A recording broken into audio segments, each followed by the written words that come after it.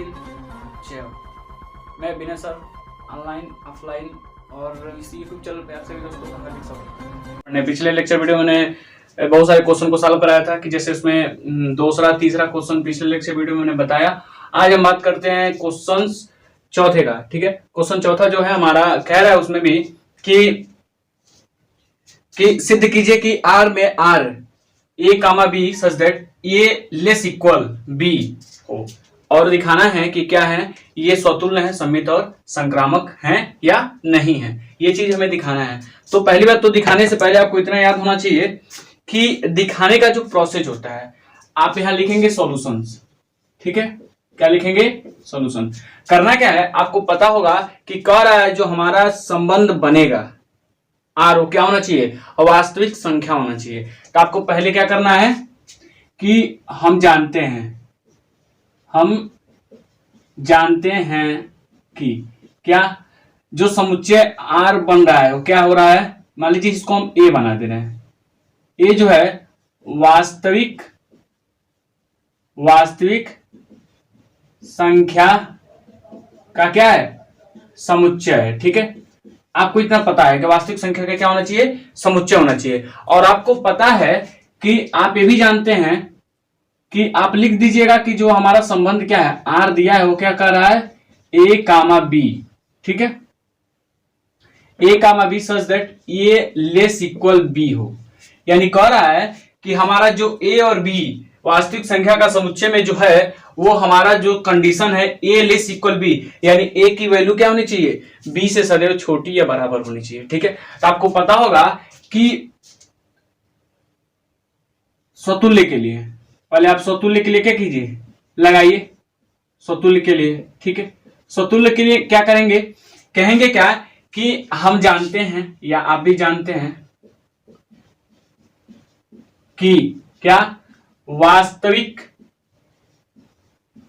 संख्या में क्या होता है, वास्तविक संख्या जो होता है या तो अपने से बराबर, यानी कि एक एक भी हो सकता है और दो क्या बड़ा होगा और एक क्या होगा, छोटा होगा। ठीक है, तो आप कहेंगे क्या कि वास्तविक संख्या में हमारा है छोटी या बराबर हो सकती हैं। आपको इतना लिखना है। अब जो स्वतुल्य का कंडीशन है देखिए कैसे होगा।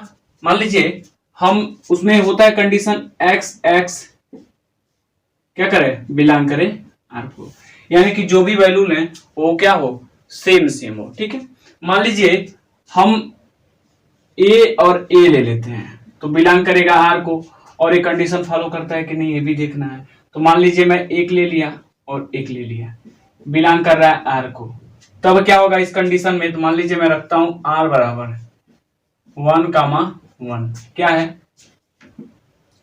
बराबर तो है बी के, यानी ए बराबर है बी के, लेकिन क्या छोटा नहीं है। ठीक है ना, लेकिन एक कंडीशन हमारा फॉलो कर रहा है। तो आप कहेंगे क्या, वास्तविक संख्या में छोटी या बराबर हो सकती हैं। तो इसी चीज को मैं बताया, ये हमारा हो गया। आप कहेंगे क्या, अतः स्वतुल्य संबंध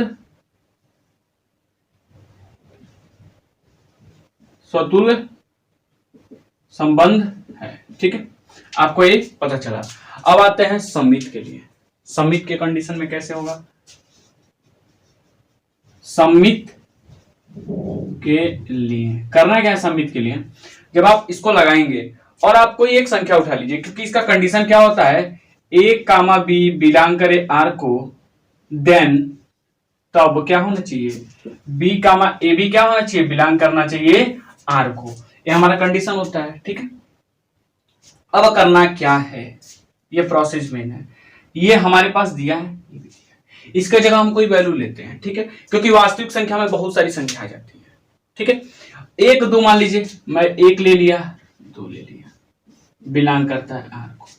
अब देखिए एक जो दो है वो मान लीजिए बिलोंग करता है आर को। पहले एक यहां रखेंगे, ठीक है, दो यहां रख दीजिए, तो क्या है, दो बड़ा है किससे, एक से, कंडीशन को फॉलो कर रहा है, संबंध बना रहा है। लेकिन अब आइए यदि हम इसका देन करके करेंगे, क्या 2,1 जैसे ही करते हैं तो क्या हो जाएगा, does not belong to R, संबंध नहीं बनाएगा। कहाँ है? क्योंकि यहाँ 2 रखिए, यहाँ 1 रखिए, तो क्या 1 बड़ा है 2 से? नहीं, गलत है। ठीक है, उसके बाद बराबर भी नहीं है, ये भी गलत है। यानी कि कहीं ना कहीं एक कंडीशन होल्ड करना चाहिए, अगर नहीं करता है होल्ड तो मेरा क्या है? संबंध नहीं है। अब देखिए, अतः सम्मित संबंध नहीं है, ये आप दिखा दिए। अब आते हैं संक्रामक।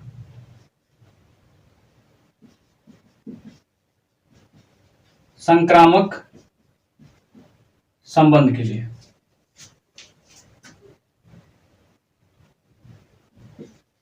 ठीक है, करना क्या है इसमें? देखिए, आपको इसमें भी एक कंडीशन पता होना चाहिए, ए कामा बी बिलोंग करता है आर को, and b comma c belong करता है आर को, देन तब ए कामा सी भी बिलोंग करना चाहिए आर को। ये बार बार पढ़ते चले आए, ठीक है, क्लियर? चलिए, अगर ये पढ़ते चले आए हैं तो आपको एक चीज पता होना चाहिए कि अगर हम वास्तविक संख्या में से कोई वैल्यू ले लें, ये है वास्तविक संख्या, हम कोई वैल्यू ले लें, ठीक है, तो हम वैल्यू लेते क्या है? मान लीजिए हम 1 ले लिए, 2 ले लिए और हम 3, यह ए है, यह बी है और ये सी है, ठीक है। अब इस वैल्यू को इसमें रखते हैं। संबंध का ही मतलब होता है कि हमें रख के देखना है कि नहीं है, ठीक है। चलिए, हम ए बी यानी कि 1 2 बिलोंग करता है आर को, ये 1 2 बिलोंग करेगा आर को, तो इसमें देखिए सेटिस्फाइड हो रहा है कि नहीं, होल्ड कर रहा है कि नहीं। यहां 1 रखिए, यहां 2 रखिए, करेगा होल्ड, ठीक है। अब आइए, एंड बी का सी 2 और 3 भी क्या करें? बिलोंग करें आर को। यहां 2 रखिए, यहां 3 रखिए, ये भी यही है। रखना क्या है? 2 3 रखने के बाद देखेंगे कि 2 क्या है? छोटा है 3 से, ये भी होल्ड कर रहा है। देन तब क्या? ए कामा सी, ए कामा सी का मतलब हजन 1 है और 3 है, 1 3 बिलोंग करना चाहिए आर को। कर रहा है कि नहीं? कर रहा है। 1 रखिए, 3 रखिए, 1 क्या है? छोटा है 3 से, है ना? बिल्कुल, यानी कि कहीं ना कहीं एक कंडीशन होल्ड करना चाहिए। अगर एक करता है तो आप कह सकते हैं कि मेरा क्या है? सॉल्यूशन है, ठीक है। अब देखिए, ये कर रहा है, लिखेंगे अतः संक्रामक संबंध है, ठीक है। अब देखिए, अब करना क्या है? लिखेंगे अतः, अब पूरा बार में लिखिए, अतः स्वतुल्य है, क्या है? स्वतुल्य संक्रामक संबंध है, लेकिन सममित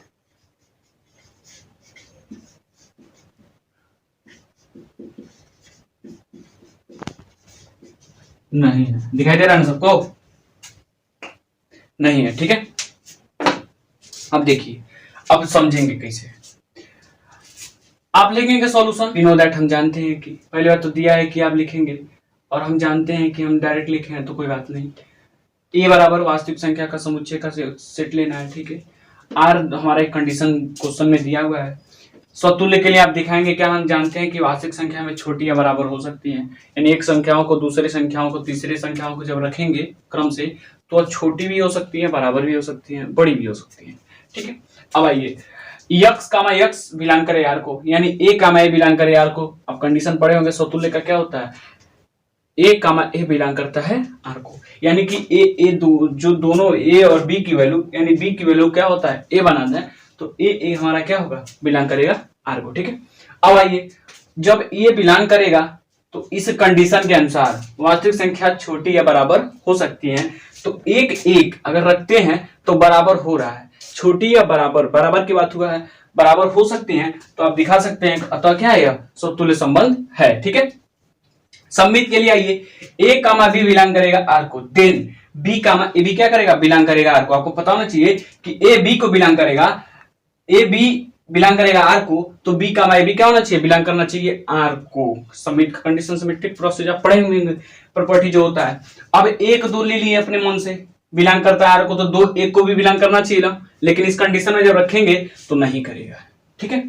अतः सम्मित संबंध नहीं है। अब आइए संक्रामक के लिए, जब संक्रामक के लिए आएंगे तो कहेंगे संक्रामक के लिए ए कामा बी बिलोंग करे आर को एंड बी कामा सी भी बिलोंग करे आर को, देन ए कामा सी भी बिलोंग करेगा आर को। ये ट्रांजिटिव रिलेशन पढ़े होंगे, उस कंडीशन होता है, ठीक है। प्रॉपर्टी दैट मींस इसका कंडीशन होता है, ठीक है। ए बी सी ले लिए, 1 2 3, 1 2 बिलोंग करेगा आर को, ठीक है, कंडीशन में रखे बिलोंग कर रहा है। 2 3 भी बिलोंग करेगा आर को, कंडीशन रखे छोटी या बराबर, तो क्या है 2 छोटा है 3 से, बिलोंग कर रहा है आर को, कंडीशन फॉलो करता है, ठीक है। देन 1 कामा 3 में बिलोंग करे आर को, यानी कि एक भी वास्तविक संख्या है, 3 भी क्या है मेरा वास्तविक संख्या है। और देखिए एक क्या है, छोटा है 3 से, कंडीशन में मेरा क्या कर रहा है, सेटिस्फाइड कर रहा है, लिखेंगे अतः संक्रामक संबंध है। अब देखिए लास्ट में जो सारे प्रोसीजर के बाद लास्ट में लिखेंगे अतः स्वतुल्य संक्रामक संबंध है लेकिन सम्मित संबंध नहीं है। क्लियर।